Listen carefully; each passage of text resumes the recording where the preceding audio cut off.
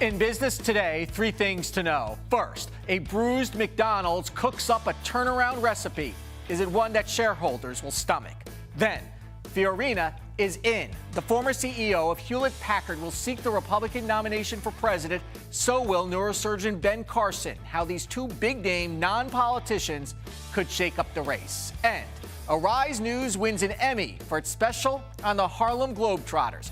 We'll speak with the son of one of its top players about how star African-American players were treated so unfairly and how far the game has come. Arise Xchange starts now.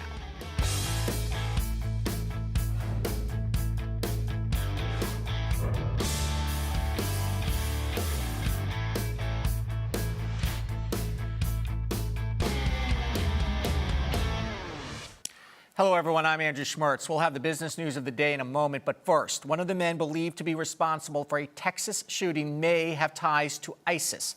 On Monday morning in Garland, Texas, two men opened fire at a controversial event that featured cartoons of the Muslim prophet Muhammad.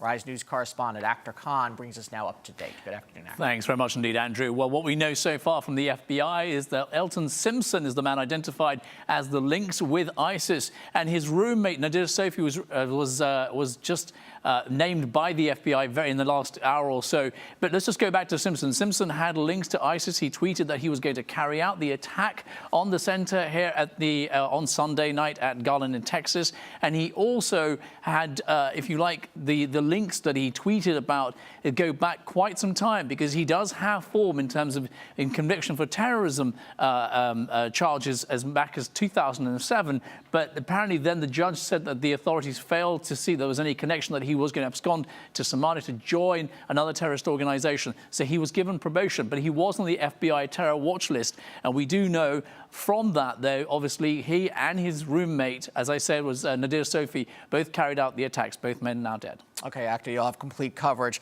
a little bit later on Arise America at 7 p.m. Eastern. Thank you. This week is full of economic numbers on the U.S. economy. On Tuesday, we get the trade report. On Wednesday, mortgage applications will give us a heads up about the housing market. And on Friday, the big jobs report for April. Ahead of all this, the markets did move higher. Let's take a look at the final numbers. The Dow finished the day up 46 points to 18,070.40. The S&P 500 up 6 and change, and the NASDAQ up a fraction of a percent. Some of the top stocks we're watching today: AMC Networks, the cable channel behind the hit series The Walking Dead, reported quarterly income that rose to $121 million. The company says an increase in advertising sales and affiliate fees pushed its revenue higher. AMC up nearly 4 points. Cablevision managed to report a boost in revenue despite a big drop in its subscribers. The company says that about 28,000 video subscribers were lost in the first quarter.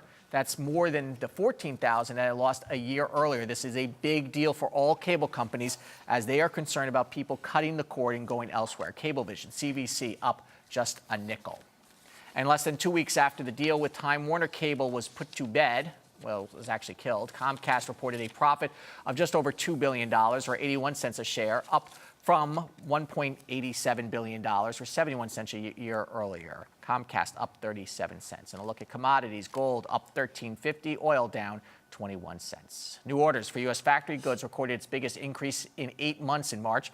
The Commerce Department says new orders rose by 2.1% over a higher demand for transportation equipment. The woman who once ran Hewlett-Packard wants to run the United States. Carly Fiorina says she will seek the Republican nomination. Two big names joined the race this weekend: Fiorina and neurosurgeon Ben Carson. Fiorina is arguing that the nation needs a business leader and not a politician. John Burnett, strategic advisor to the Republican Party of New York State, joins us now. And welcome to Arise News. Great to have you here, by the way. Thanks for having me. Thank you. But we've heard this argument before. I'm a business leader. I know how to run a country. We've heard that certainly from Romney. Why is she in a better position than he was? Well, she has a proven track record. She started off as a secretary, so she can connect with people. I mean, there's a lot of people that wish they would actually get an opportunity like she had in terms of entry-level position and work her way up in a 15-year period to run the top 50, one of the top 50 companies in the U.S. She has a track record, but that track record at HP was very mixed. She eventually got booted from the job. She said she didn't fire enough people fast enough, is one of her famous quotes. But she did is credited with turning around the company, which was on the verge of collapse. Absolutely. She doubled top-line revenues during her tenure. Cash flows quadrupled, which had a corresponding positive effect on the growth rate, which also quadrupled. So that she has a stellar record in terms of return for shareholders. Anyone that has a vision that requires change leadership, making tough decisions, is not going to be received well.